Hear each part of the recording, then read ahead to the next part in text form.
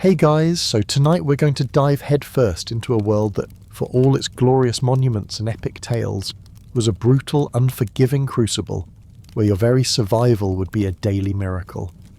Forget the romanticised marble statues and noble philosophers. We're talking about the visceral, gritty reality of ancient Rome. This isn't your history textbook. This is an immersion. And trust me, you with all your modern comforts and expectations wouldn't last a week. Before we strip away the veneer of time, if you're settling in, do me a favour and hit that like button, subscribe if you haven't, and drop a comment below with where you're listening from and what time it is for you. Alright, find that cosy spot, pull your blanket up tight, because you're about to journey through an empire that was magnificent, yes, but also utterly merciless.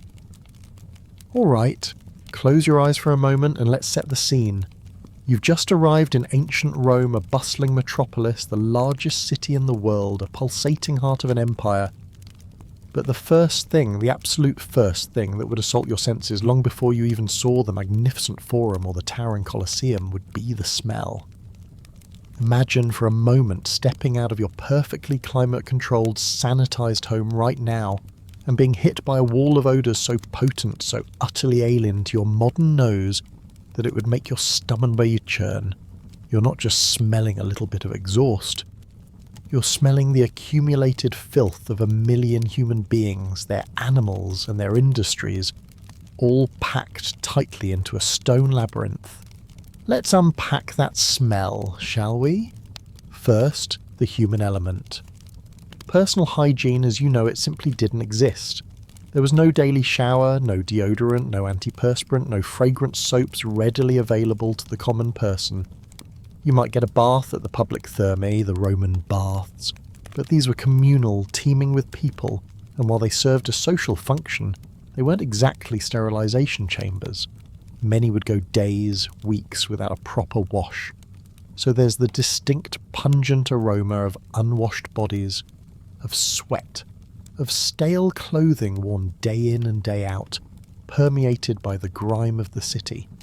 Then you add the public latrines, which, while impressive engineering for their time, were often open-air affairs, flushing waste into the city's sewer system, the Cloaca Maxima, which, while an engineering marvel, also served as an open-air conduit for the stench of human waste to permeate the lower levels of the city, especially when it backed up, which it frequently did.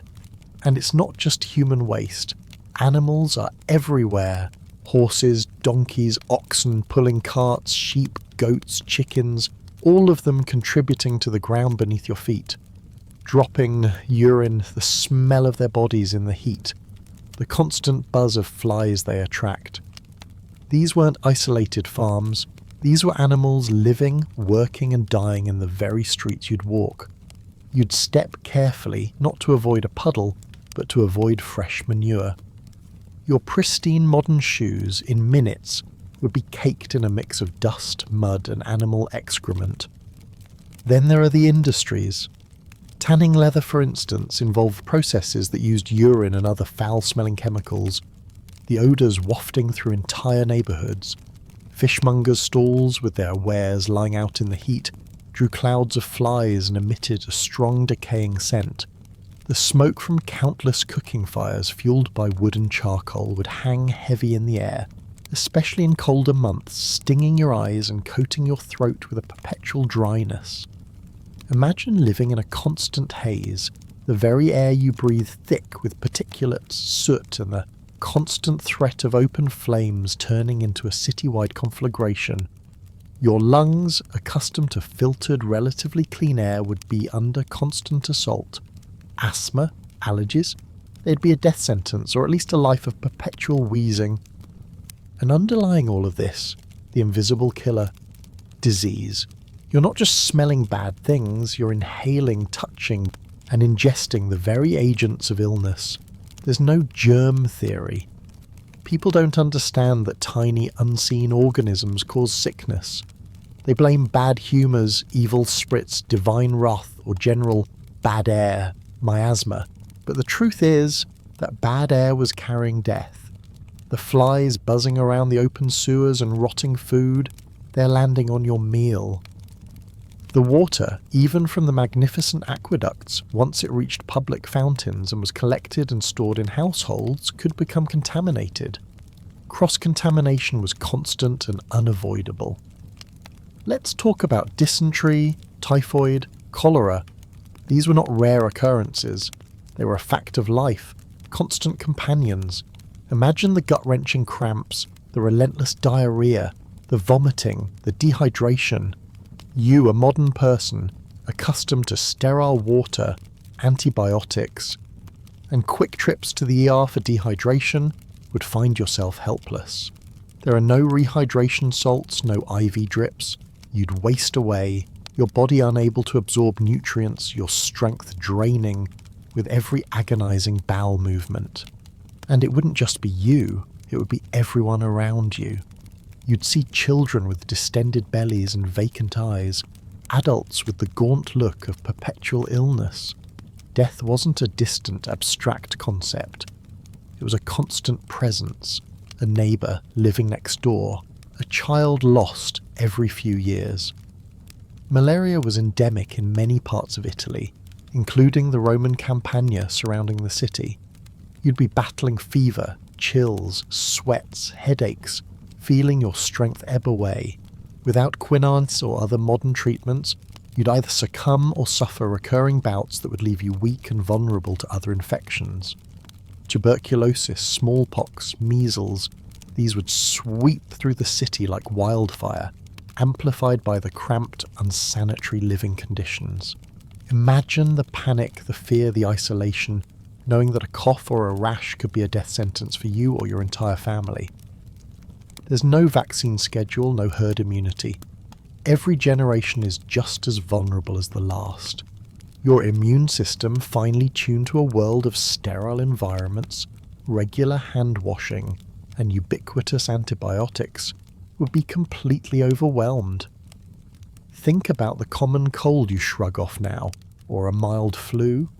In ancient Rome, these could quickly escalate to pneumonia, especially if you were already weakened by chronic malnutrition or another infection.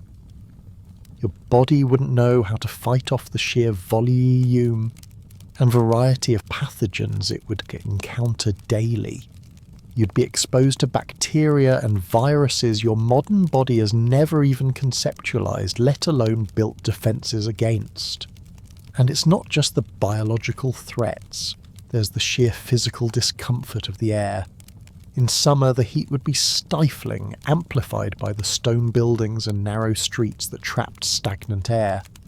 The smells would intensify, the flies would swarm, and the risk of heat stroke would be ever present. You wouldn't have air conditioning or even simple electric fans. You'd sweat constantly, your clothes sticking to you, never truly feeling clean.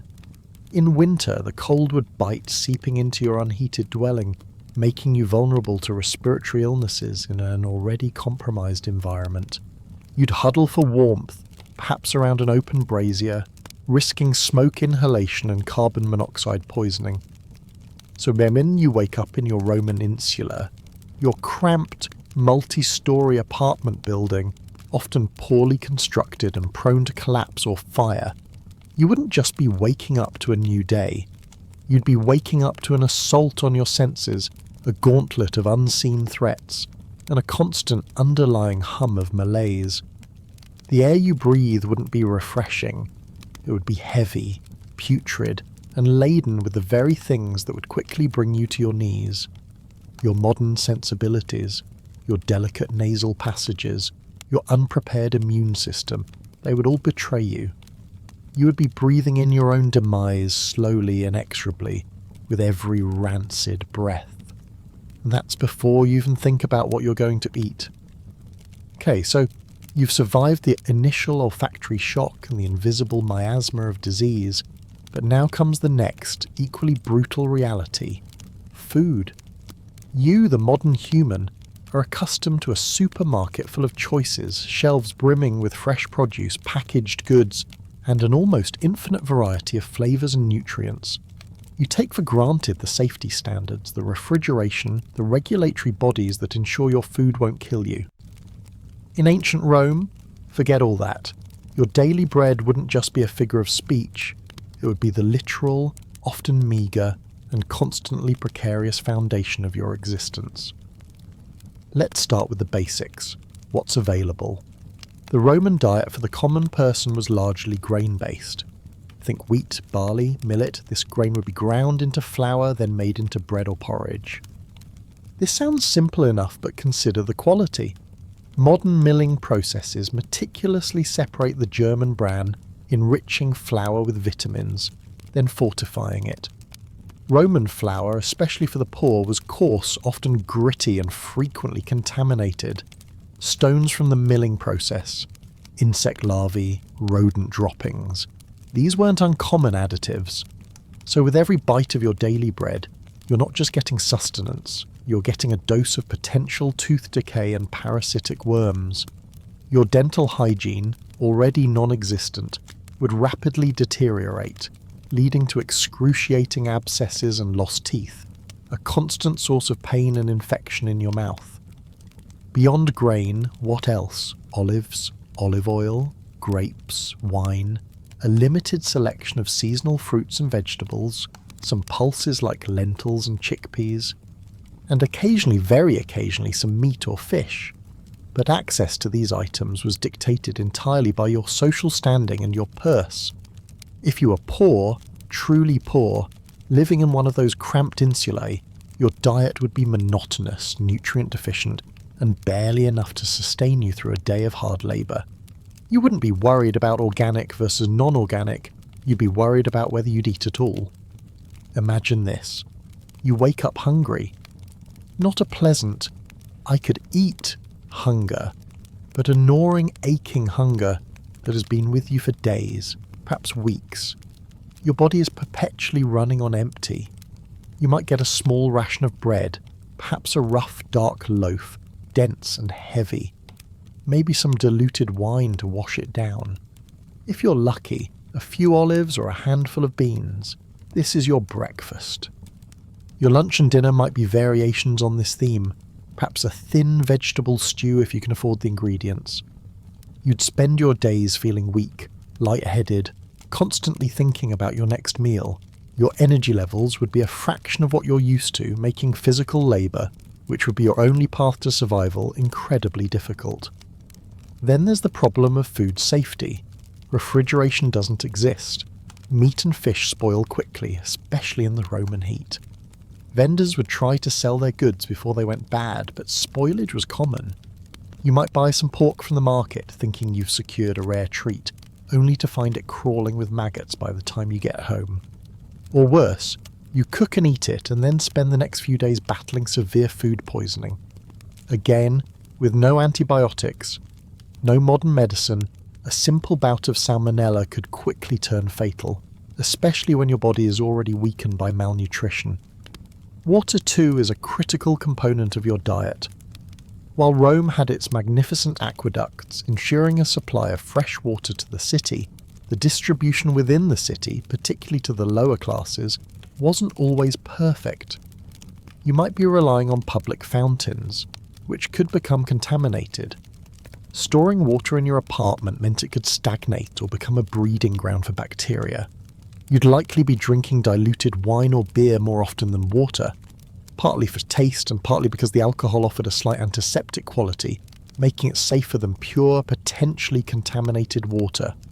But relying on alcohol, even diluted, would come with its own health consequences over time. Consider the nutritional deficiencies. Your diet would likely be deficient in iron, leading to anemia, leaving you constantly fatigued, pale and short of breath.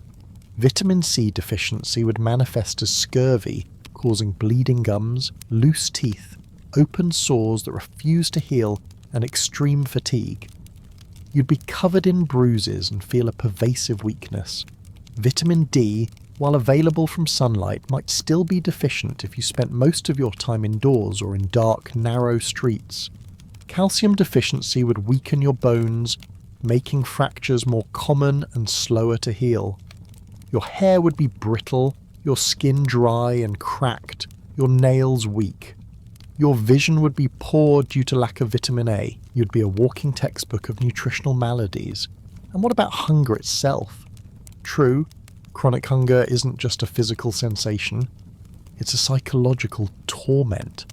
Imagine the constant anxiety about where your next meal will come from. The fear of famine was a very real, very present threat throughout Roman history. A bad harvest, a disruption in shipping, a siege, any of these could plunge the city into starvation. You'd see prices skyrocket, riots break out over dwindling grain supplies, and desperate people doing desperate things just for a scrap of food. Your modern sense of food security is an enormous privilege. In Rome, it was a daily gamble. You might wake up one morning to find the market empty, or the prices astronomically high. And then what? You have no savings, no social safety net, no food bank to turn to. You either forage, beg, steal, or starve. Even if you managed to secure food, the preparation would be an ordeal. You likely wouldn't have a personal kitchen in your small apartment. You'd rely on street vendors selling hot food, often cheap stews, sausages, or fried dough. These popinae or thermopolia were convenient, but their hygiene standards were, shall we say, non-existent. Open to the elements, flies and street dust, cooked in rancid fats, these meals were another roll of the dice in the daily game of survival. You'd have to choose between convenience and the slightly higher but still significant risk of food poisoning. Or you'd buy raw ingredients and try to cook them over a small brazier, risking fire in your flammable insula. Your relationship with food would be fundamentally different. It wouldn't be about enjoyment or variety, it would be about survival. Every bite would be a calculation of energy in, energy out. You'd learn to savour every crumb, to never waste a morsel. Your body, deprived and struggling, would be a testament to the harsh realities of ancient nutrition. Your modern palate, accustomed to rich flavours, diverse textures and ample portions, would find the Roman diet utterly bland and unsatisfying, even if you could stomach the grit and grime. You wouldn't survive, not just because of the disease and violence, but because your body, used to abundance, would simply fail to thrive on the meagre, contaminated and monotonous sustenance available to the vast majority of Rome's inhabitants. So, you've somehow navigated the stench and the starvation, your stomach churning from the dubious street food, your lungs burning from the smoke and effluvia. Now, you step out onto the crowded streets of Rome, and you immediately realise that this city, for all its architectural grandeur, is a brutal, dangerous place, a labyrinth of shadows and threats where your modern assumptions about personal safety would quickly get you killed. Forget your neatly paved sidewalks, your streetlights, your easily contactable emergency services. This is a wild frontier masquerading as a civilized urban centre. First, let's talk about the sheer chaos. Roman streets were a tumultuous mix of pedestrians, merchants, animals and carts. Picture narrow, often unpaved lanes, thronged with people, beggars, slaves, soldiers, hawkers all vying for space. There's no traffic control as you know it. Carts pulled by oxen or donkeys would rumble through, their drivers shouting, often moving at reckless speeds, jostling against pedestrians. You'd constantly be on alert, dodging, weaving, pushing your way through the throng. A simple misstep could mean a twisted ankle, a broken bone, or being trampled underfoot. Injuries that, as we'll discuss later, could easily be fatal in ancient Rome. Your comfortable personal space would be invaded constantly. Your senses overwhelmed by the cacophony of voices, animal sounds, and the grinding of wheels on stone. And then there's the crime. This isn't the kind of petty shoplifting or occasional mugging you might hear about in your news. This is raw, visceral, often brutal crime, and you as an obvious outsider, a potential mark, would be incredibly vulnerable. There's no organised police force patrolling the streets to protect the average citizen. The vigiles urbani were primarily a fire brigade, and while they had some policing duties, their presence was sporadic and their main concern was keeping order, not preventing individual acts of violence. If you were assaulted, robbed, or even murdered in a dark alley, there was a very good chance your perpetrator would never be caught and you'd receive no justice. Imagine walking home after dark. The city, despite its daytime bustle, plunges into near total darkness once the sun sets. There are no streetlights. Wealthy citizens might employ torchbearers to light their way, but for you, it would be an oppressive, disorienting blackness, broken only by the flickering flames from doorways or the occasional passing lantern. This darkness is not just scary, it's an open invitation for opportunistic criminals. Footpads, muggers, and cutthroats lurk in every shadow, ready to pounce. You'd feel the prickle of fear on your skin, the hairs on your neck standing up as you navigate unfamiliar winding streets, straining your eyes to see what lurks ahead. You carry your money in a small purse, probably tucked into your tunic, but even this simple act makes you a target. Pickpockets are skilled, operating in the dense crowds.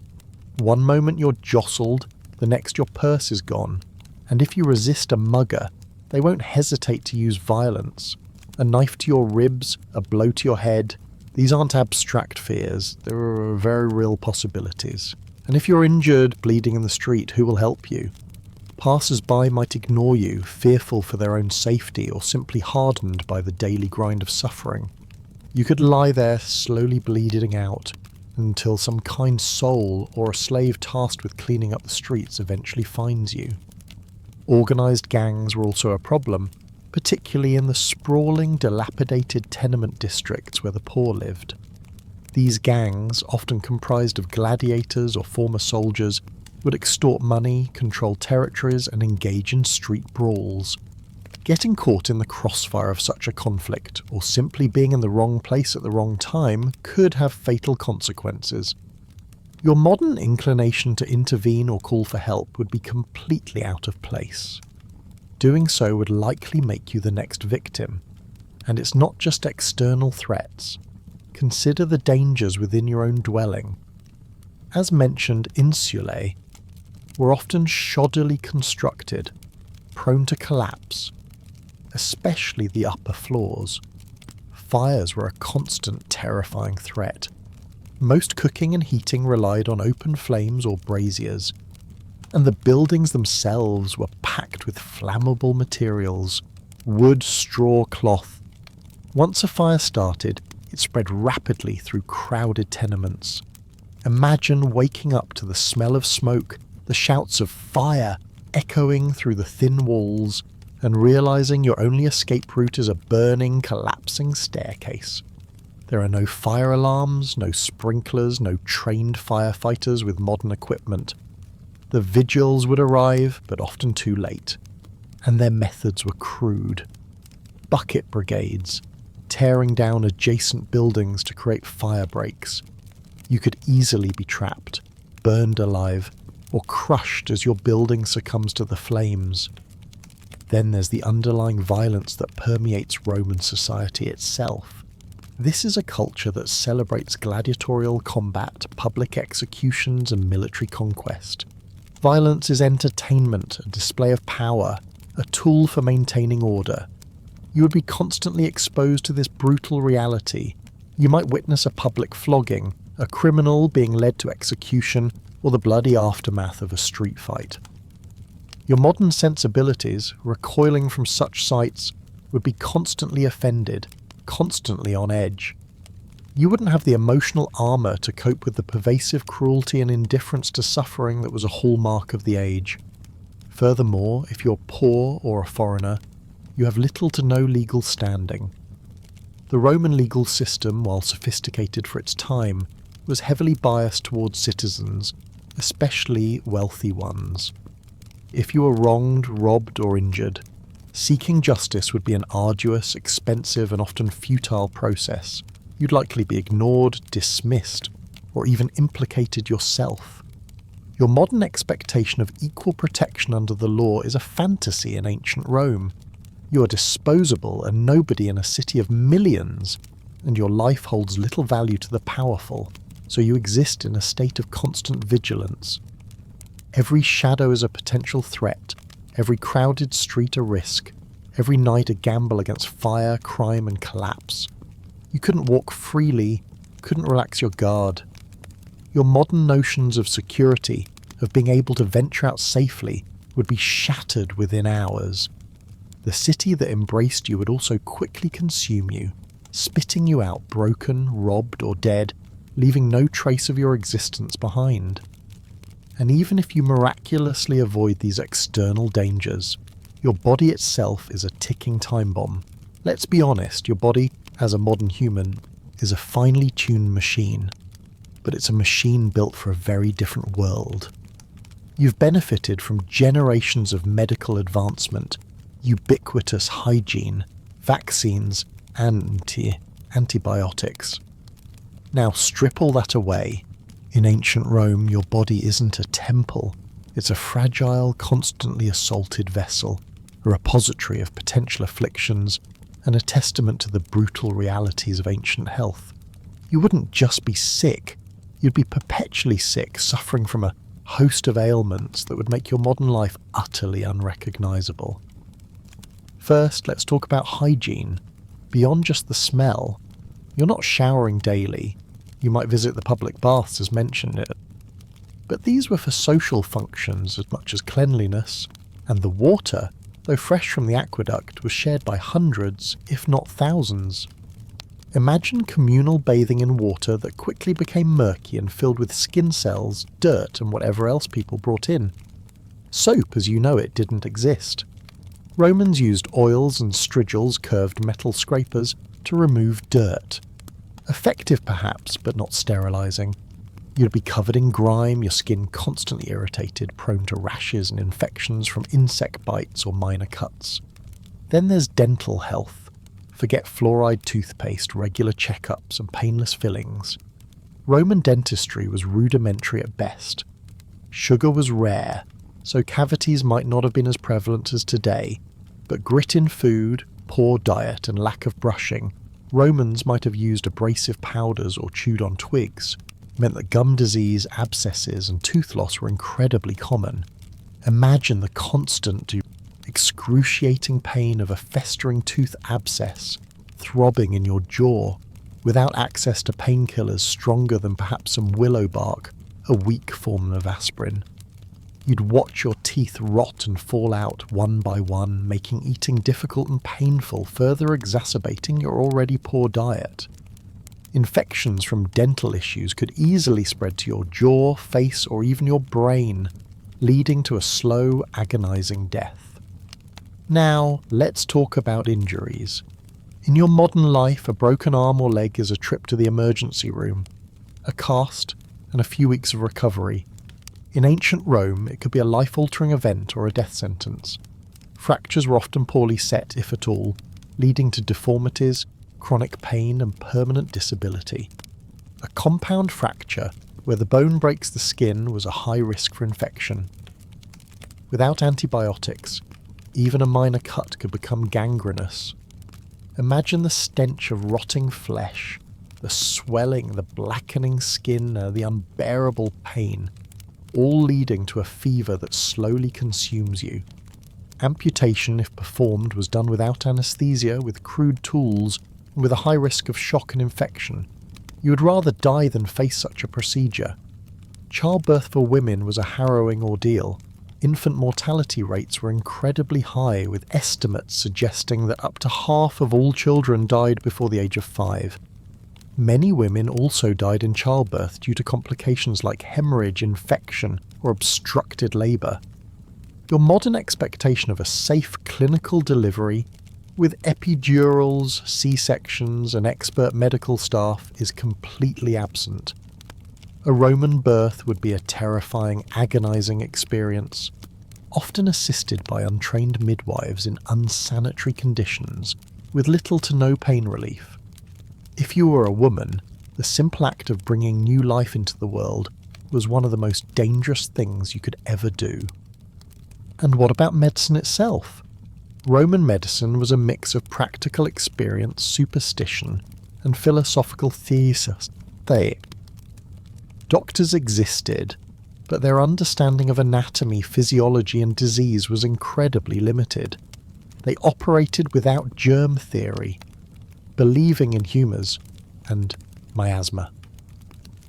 Their treatments were often ineffective, sometimes harmful, bloodletting, purging, herbal remedies that might offer some comfort, but rarely cured serious illness.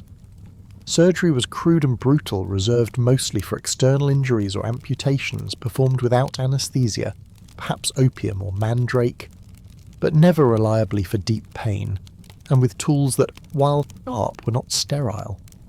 An abdominal wound, a perforated intestine or a brain injury would be a death sentence no matter how skilled the surgeon. Imagine a severe fever, perhaps from malaria or typhus. You lie on a straw palliasse, burning up, shivering uncontrollably. The doctor might prescribe a poultice, some herbal infusion, or even bleeding you, draining valuable blood from your already weakened body. You'd feel your strength slipping away, your mind clouding with delirium, utterly helpless. There's no hospital, no urgent care. If you're lucky, you have a family member or slave to care for you, but they too are operating with limited knowledge and resources. Sexually transmitted infections, such as gonorrhea and syphilis, though the latter's presence in Rome is debated, similar diseases certainly existed, would be common, unchecked and untreatable. They could lead to chronic pain, infertility, blindness and neurological damage, slowly debilitating you over years. Your body would betray you, not with a sudden dramatic illness, but with a slow, grinding decline, punctuated by acute crises. Even something as simple as a prolonged cold could easily turn into bronchitis or pneumonia, especially if you were malnourished or living in damp, cold conditions. There are no antibiotics to clear bacterial infections. Your body would have to fight it off alone, a battle it might not win. A severe stomach bug, easily treated today, would lead to such extreme dehydration that your organs would begin to shut down. Your internal clock, your biological rhythms, would be constantly disrupted by illness, pain and the sheer effort of survival. You, the modern human, have an average life expectancy of over 70 years. In ancient Rome, if you made it past childhood, you might live into your 30s or 40s, and that was considered a good long life. You'd be old and withered by 40, your body ravaged by disease, hard labour, poor nutrition, and constant physical stress. Your teeth would be mostly gone, your joints aching, your skin wrinkled and weather-beaten. You would look, feel, and essentially be an entirely different creature than the vibrant, relatively healthy person you are today. Your body, accustomed to comfort and care, would quickly succumb to the sheer relentless onslaught of ancient afflictions. You've somehow clung to life through the stench, the hunger, the violence and the ceaseless onslaught of disease. But now you confront a reality far more insidious and soul-crushing. The rigid social structure of ancient Rome and the ever-present, terrifying shadow of slavery. Your modern concepts of individual rights, equality and upward mobility simply do not exist here. Your worth, your freedom, and your very destiny are determined by factors often beyond your control, and a single misstep could plunge you into an abyss from which there is no escape. Imagine yourself, a modern Cistercian, dropped into this society.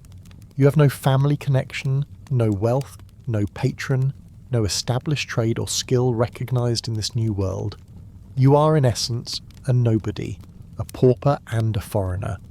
A combination that puts you at the absolute bottom of the social hierarchy, just above a slim, and sometimes even below.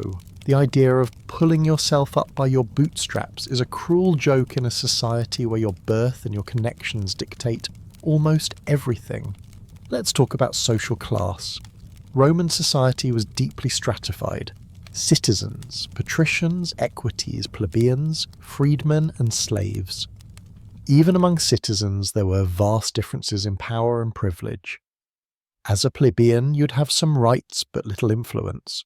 As a foreigner you'd be in peregrinus, lacking many citizen rights, constantly vulnerable and dependent on the goodwill or lack thereof of powerful Romans. You couldn't just walk into a job interview and impress someone with your resume. Social standing determined your opportunities. Most avenues of skilled labour or trade required apprenticeship, guild membership, or a patron. All things you, as an outsider, would lack. What would you do to survive? Manual labour, if you could find it. Hauling goods, digging ditches, carrying water. But even these jobs were often done by slaves who were cheaper and more readily available. You'd be competing with a vast pool of unfree labour, driving down wages to bare subsistence levels. And any wage you earned would be quickly consumed by the cost of your meagre food and rent for a squalid room in an insula. You'd be perpetually on the brink of destitution, a single bad harvest or a week of illness away from starvation. And it's the shadow of slavery that would loom largest over your existence. Slavery was the bedrock of the Roman economy and society. Millions of people, perhaps a third or more of the population, were enslaved. They were acquired through conquest, debt, or being born to enslaved parents. The line between freedom and slavery was terrifyingly thin for the poor. If you incurred a debt you couldn't repay, you could be sold into slavery. If you were captured by bandits or pirates outside the city, you could be sold. If you were an unfortunate foreigner without protection, you could be kidnapped and sold. Your freedom, which you take for granted as an inherent right, was a precarious privilege in Rome, always under threat. Imagine the horror. One day you are free, struggling to survive, and the next you are property. You're stripped of your name, your identity, your humanity. You could be bought, sold, traded, gifted. Your body is no longer your own, it belongs to your master. You could be put to work in brutal conditions in the mines, where life expectancy was measured in months. You could be sent to a galley to row until your hands bled and your back broke. You could be forced to labour in the fields under a merciless sun, sleeping in squalid conditions, fed just enough to keep you alive. Or you could become a domestic slave, enduring endless toil, abuse, and the constant threat of violence from your master or mistress, with no recourse. Your modern concept of rights would be laughable to a Roman master.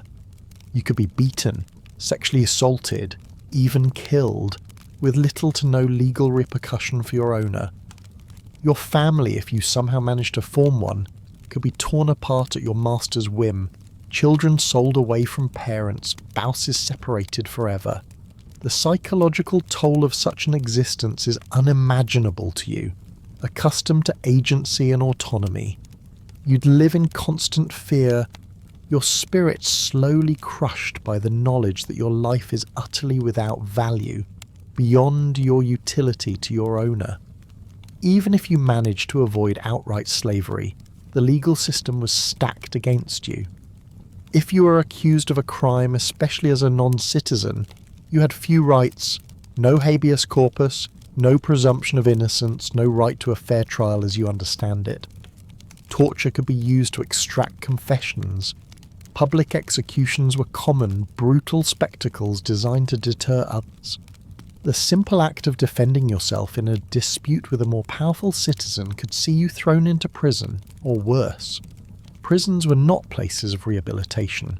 They were holding cells, often horrific, disease-ridden places where you might languish for years or simply die from starvation or neglect before your case was even heard. And there's no social safety net, no unemployment benefits, no disability support, no old age pension. If you become too old or infirm to work, you become a burden. For a slave, this might mean being abandoned to die, or being put to work in the most degrading conditions. For a freedman, it could mean begging in the streets, slowly starving, or becoming dependent on the meagre charity of others. Your modern expectation of support in times of need is a utopian dream in Rome. You would find yourself utterly alone, a tiny cog in a vast, indifferent machine, where the powerful wielded absolute authority and the weak were crushed beneath their heel. Your intrinsic worth as a human being, as you understand it, would be completely denied. The constant humiliation, the fear, the struggle for basic survival, and the ever-present threat of total subjugation would break your spirit long before your body gave out. You would realize with a chilling clarity that your life in ancient Rome held little to no value, and that realization alone would be a kind of death. You faced down the elements, the diseases, the criminals, and the threat of enslavement. But now you must confront the political reality of ancient Rome, a system where your modern voice, your democratic ideals, and your belief in individual agency would be met with deafening silence, or worse, with brutal suppression. The roar of the forum, where power was debated and decisions made, was not a sound that amplified your voice. It was the sound of a system designed to keep you powerless. A system often driven by the whims of emperors and the machinations of the elite. Imagine the political landscape. Rome, whether a republic or an empire, was never a democracy in the modern sense. Even during the Republic, power was concentrated in the hands of the wealthy aristocracy, the patricians, and later the equites. The assemblies, where ordinary citizens could vote, were structured in a way that ensured the wealthier classes always had the final say. Your single vote, if you even had one as a Roman citizen, which, as a new arrival, you probably wouldn't, would be diluted, marginalised, almost entirely meaningless in the grand scheme of things.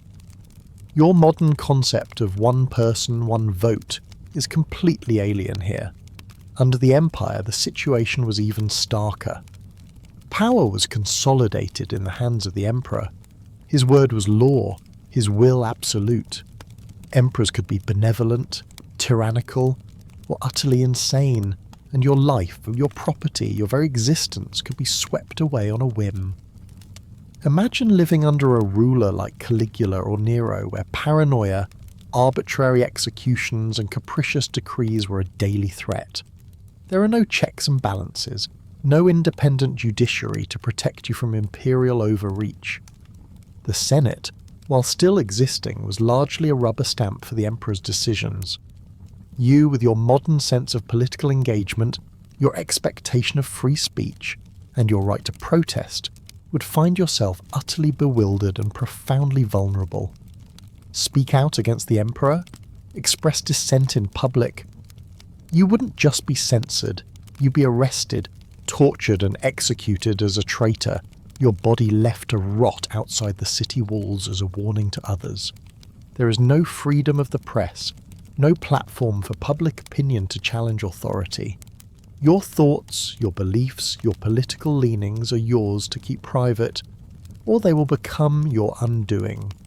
And then there's the constant threat of military service. Rome was an empire built on conquest, and that required legions. If you were a Roman citizen, even a poor one, you could be conscripted. Military service wasn't an optional career choice. It was a civic duty.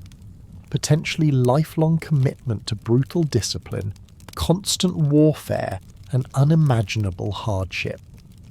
Imagine being ripped from your meagre life, trained with extreme severity, flogging for minor infractions, decimation, the killing of 1 in 10 soldiers, for cowardice, and then sent off to fight on distant frontiers, facing barbarians with crude but deadly weapons. Your modern body, accustomed to comfort and safety, would quickly break under the demands of legionary life. Forced marches of 20 miles a day, carrying heavy packs, your sarcina, including your tools, food and armour, sleeping in tents or under the open sky, enduring hunger and thirst, constant exposure to the elements, and the ever-present danger of battle. This isn't your sanitized, distant warfare. This is face-to-face, bloody, hand-to-hand combat, where you witness unspeakable horrors and inflict them yourself. A single wound, as we've discussed, could be fatal. Your chances of dying in battle from disease or from exposure were incredibly high, and if you survived, you might come back maimed, traumatized, and with little to show for your service. The political volatility of Rome was another existential threat. Emperors rose and fell, often through violent coups. Civil wars erupted, legionaries turning their swords on each other, plunging the city into chaos. Imagine living through a year of 4 emperors, each claiming legitimacy, each purging the supporters of the last. Rome itself could become a battlefield, its streets running with blood, its citizens caught in the crossfire. Your modern belief in political stability is a luxury. In Rome it was a fragile illusion, constantly shattered by ambition and violence. Even the everyday administration could be a threat. Taxes were levied, sometimes arbitrarily, and if you couldn't pay, you faced ruin. Corrupt officials could demand bribes, confiscate your property, or simply make your life miserable, and you would have little recourse.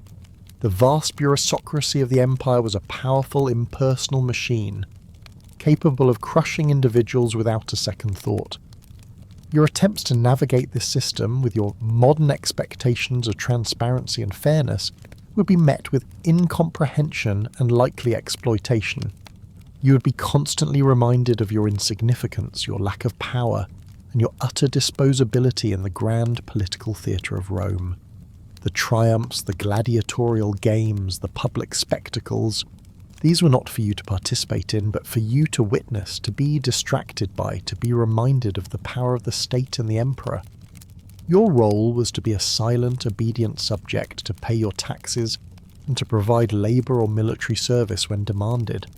The silence of your voice in the forum's roar would be deafening. Your modern political consciousness, your yearning for justice and representation, would be an anachronism, a dangerous liability in a society that valued order, hierarchy, and absolute power over individual liberty. You would learn very quickly and very painfully that in ancient Rome, your political opinions and your personal freedom were not rights, but luxuries afforded only to a very select few, and a single wrong word could lead to your swift and brutal demise. You've been stripped of your physical comforts, your food security, your personal safety, your health, and your political voice. Now, let's talk about your spiritual and intellectual world. Your modern mind, steeped in scientific understanding, rational thought, and a relatively secular worldview, would be utterly unprepared for the pervasive influence of religion, superstition, and the arbitrary nature of life in ancient Rome. Here, the gods weren't just distant figures, they were active, capricious entities whose favour determined everything, and whose wrath could be invoked by the smallest oversight, leaving you at the mercy of a fickle fate you could never comprehend. The Roman world was fundamentally a religious one. Every facet of public and private life was governed by an elaborate, transactional relationship with the divine. You wouldn't just be aware of the gods, you would be expected to honour them constantly. The line between church and state didn't exist. The most powerful political figures often held priestly offices. Your daily routine would involve small acts of piety, from pouring a libation to the household gods, lares and penates, before a meal, to participating in massive, state-sponsored public festivals and sacrifices designed to maintain the Pax Diorum, or peace of the gods. Failure to participate or expressing doubt wouldn't just be considered impolite. It could be seen as an act of treason against the gods and the state, drawing suspicion and potentially severe consequences. Imagine waking up each day in a world where every unusual event, every stroke of luck, every misfortune was attributed to divine intervention. A good harvest? The gods are pleased. A plague? You've offended them. A sudden storm? Jupiter is angry. Your modern scientific explanations for weather patterns, disease outbreaks, or geological events would be meaningless, dismissed as foolishness. You'd be surrounded by people constantly performing rituals, making offerings, consulting augurs, priests who interpreted the will of the gods by observing the flight of birds or the entrails of animals, and seeking omens in every shadow. Your rational mind would be screaming, trying to find logical explanations, but there would be none offered or accepted. Furthermore, the lack of medical knowledge meant that even common illnesses were viewed through a superstitious lens, attributed to angry spirits or curses, making you not only physically vulnerable but spiritually terrified of an invisible hostile universe. The intellectual freedom you take for granted, the ability to question, to debate, to seek empirical proof, would be a dangerous luxury. The Roman pantheon was vast and complex, a multitude of gods and goddesses, each with their own domains, personalities, and demands. You'd be expected to participate in public worship, to revere the state gods, Jupiter, Mars, Minerva, Venus, and to honour the emperor's genius, his divine spirit. Failure to do so could be seen as a challenge to the state, a dangerous act, especially if you adhered to a monotheistic religion like early Christianity, which was often viewed with suspicion and faced persecution. Your modern freedom of religion, your right to believe or not believe, as you choose, would be a death sentence if it clashed with Roman state religion. Beyond the major gods there were countless minor deities, household gods, lares and fenates, spirits of ancestors and local cults. Every aspect of life, from planting crops to building a house, from getting married to going to war, was accompanied by specific rituals, prayers, and sacrifices designed to appease the gods and secure their favour. You would live in a constant state of anxiety, performing rituals you didn't understand, hoping you hadn't inadvertently offended some obscure deity or overlooked a critical omen. The psychological burden of feeling perpetually vulnerable to divine wrath for reasons you couldn't grasp would be crushing. Superstition was rampant. Charms, amulets, and magical practices were common, especially among the lower classes. You'd see people wearing phallic symbols for good luck, hanging protective talismans in their homes, and seeking out fortune tellers or magicians. Your modern skepticism would be seen as arrogance or ignorance. Imagine having a persistent headache, and instead of seeking a doctor, whose skills are questionable anyway, you're advised to wear an amulet or perform a strange ritual to ward off an evil spirit. You'd be caught between your rational instincts and the overwhelming pressure to conform to the prevailing worldview, a worldview that often dictated your very actions. Then there's the utter lack of scientific understanding regarding the world around you. Natural disasters were not explained by plate tectonics or meteorology. An earthquake was Poseidon's rage, a volcanic eruption from Vesuvius, which, while not in Rome, was a major regional event, was the fury of Vulcan. A drought was Ceres withholding her bounty. You'd have no real understanding of the forces shaping your world, making you feel even more helpless and at the mercy of external unpredictable powers. The existential dread of living in such an unpredictably, seemingly arbitrary universe would be profound. Epidemics, as discussed, were not understood as germ-borne diseases. They were viewed as divine punishment, or the result of miasma, bad air, often associated with foul-smelling places and decomposing matter.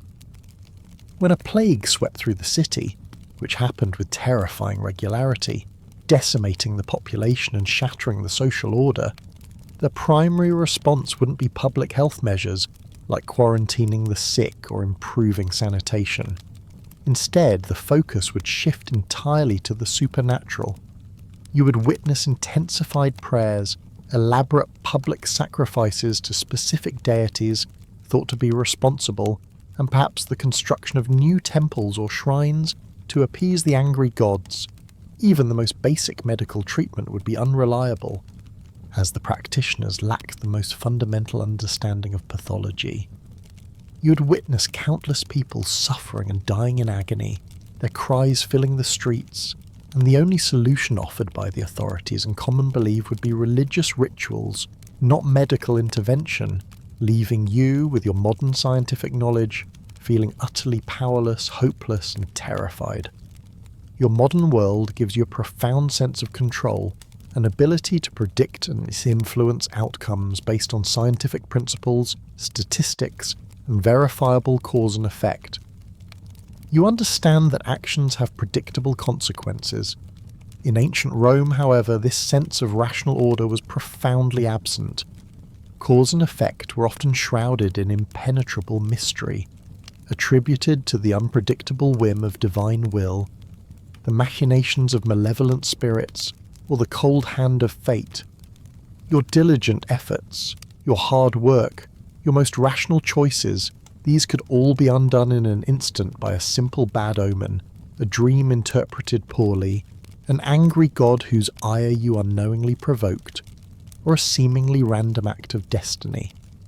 This pervasive uncertainty would breed a deep-seated fatalism, a crippling sense that your individual agency was severely limited, that you were simply a pawn in a larger, incomprehensible and often cruel game played by the powerful forces of gods and destiny. This fatalism would be your new psychological burden. The constant pressure to conform, to believe, to participate in rituals you found nonsensical, while simultaneously living in fear of invisible, unpredictable forces, would be psychologically exhausting.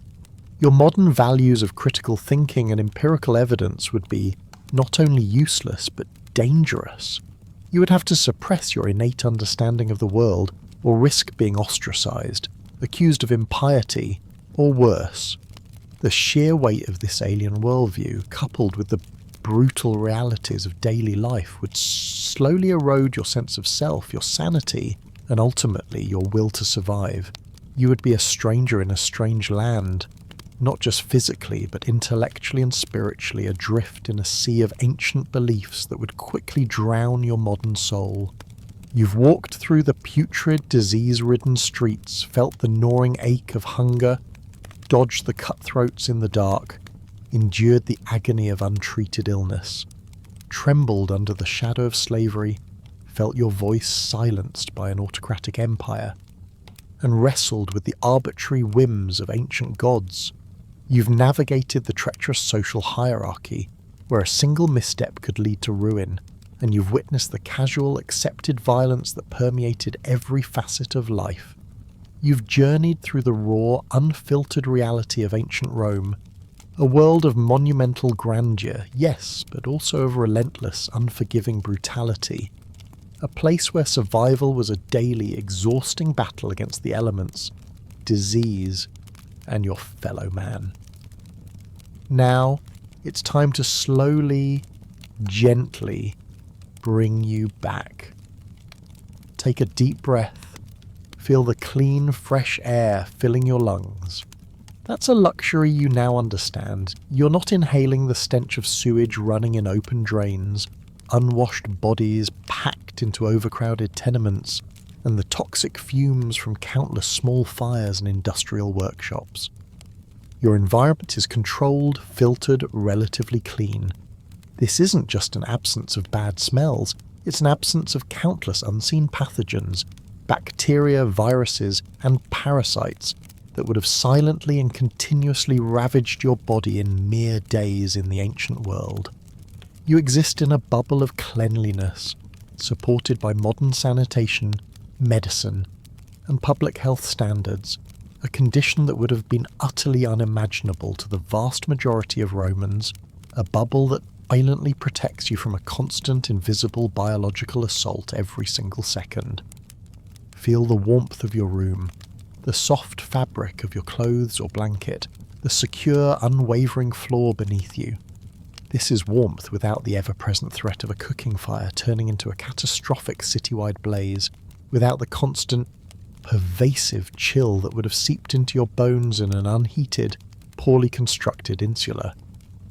This is comfort that doesn't come at the expense of perpetual discomfort, a gentle ease that allows your body to rest, truly rest, without the constant low-level strain of exposure, exhaustion, and the perpetual vigilance required just to stay alive. Your body is not fighting the cold, the dirt, or a new infection. It is simply recovering and thriving. Think about your last meal. Perhaps it was a simple snack, a complex dinner, or a quick takeout, but it was readily available, safe to eat, and nutritionally balanced. You ate without fear of contamination, without the gnawing anxiety of scarcity. You probably didn't even think about where your next meal was coming from. That's a profound difference. A silent blessing that millions in ancient Rome would have died for. The daily struggle for sustenance, the chronic hunger, the constant threat of food poisoning, these are abstract concepts to you, not lived realities. Consider the silence or the controlled sounds of your environment. No constant clamour of unbridled crowds, no endless braying of animals, no shouts of hawkers, no grinding of wooden carts. The quiet allows your mind to settle, to relax, to escape the ceaseless sensory assault that would have been your daily companion in a Roman city. You have moments of peace, moments of genuine quietude, a sanctuary for your thoughts and your body. Right now, it's likely free from the throbbing pain of an abscessed tooth, the burning agony of a severe infection, the debilitating weakness of malnutrition, or the insidious spread of disease. You have access to modern medicine, painkillers, antibiotics, and medical professionals who understand germ theory. A simple cut, a fever, a broken bone. These are inconveniences, not potential death sentences. Your average lifespan, your health, your very physical well-being are astronomical compared to your Roman counterpart. Your body, far from being a battleground, is a relatively well-maintained machine thanks to centuries of progress. Reflect on your freedom. You are not a slave. Your movements are your own. Your choices, within reason, are yours to make. You have a voice, however small, in your society. You have rights, protections, and avenues for justice. You are not disposable, not mere property. Your value as an individual is recognized, protected, cherished. The looming shadow of forced labor, of arbitrary abuse, of utter subjugation, that's gone. You live in a world where personal liberty, however imperfectly applied, is a foundational ideal. Even your understanding of the world is a comfort. You comprehend natural phenomena, disease, and the mechanics of the universe through science, not superstition. The vast, mysterious cosmos that terrified the ancients is, for you, a subject of study, governed by predictable laws. You're not living in fear of angry gods or capricious fate that could strike you down at any moment for an unknown transgression. While challenges and tragedies remain, you face them with knowledge, data, and reason, not with desperate rituals, fear-driven sacrifices, or the reading of omens. This intellectual freedom, this ability to understand, question, and ultimately control your environment through technology and medicine provides a deep, pervasive sense of security and agency that an ancient Roman could never have conceived. You are a master of your own fate in a way they simply were not. So, as you lie here, safe and warm in a structure that will not collapse, nourished by food that will not poison you, and free from chronic, debilitating pain, remember this journey back in time. Ancient Rome was magnificent, yes, a soaring testament to human ingenuity, military power, and architectural genius. Its legions conquered the known world, and its infrastructure was mind-bogglingly advanced for its time. But it was also a place where you, with your modern sensibilities, your fragile, unvaccinated biology, and your inherent expectation of human rights, would have been utterly, terrifyingly out of place. You wouldn't have survived the omnipresent dirt, the inescapable disease festering in the streets and water, the daily struggle against hunger, the casual, state-sanctioned violence, the complete lack of individual rights or legal protection for the average person, or the pervasive low-level fear of invasion, fire, or plague. Your modern comforts aren't just luxuries to be indulged. They are fundamental building blocks: a reliable food supply, sanitation, basic medical care, and the rule of law that create a life which is fundamentally unimaginably different from the daily grind of survival in the greatest empire the ancient world ever knew. Rest easy. and appreciate the quiet miracle of simply being you, healthy, secure, and alive here now.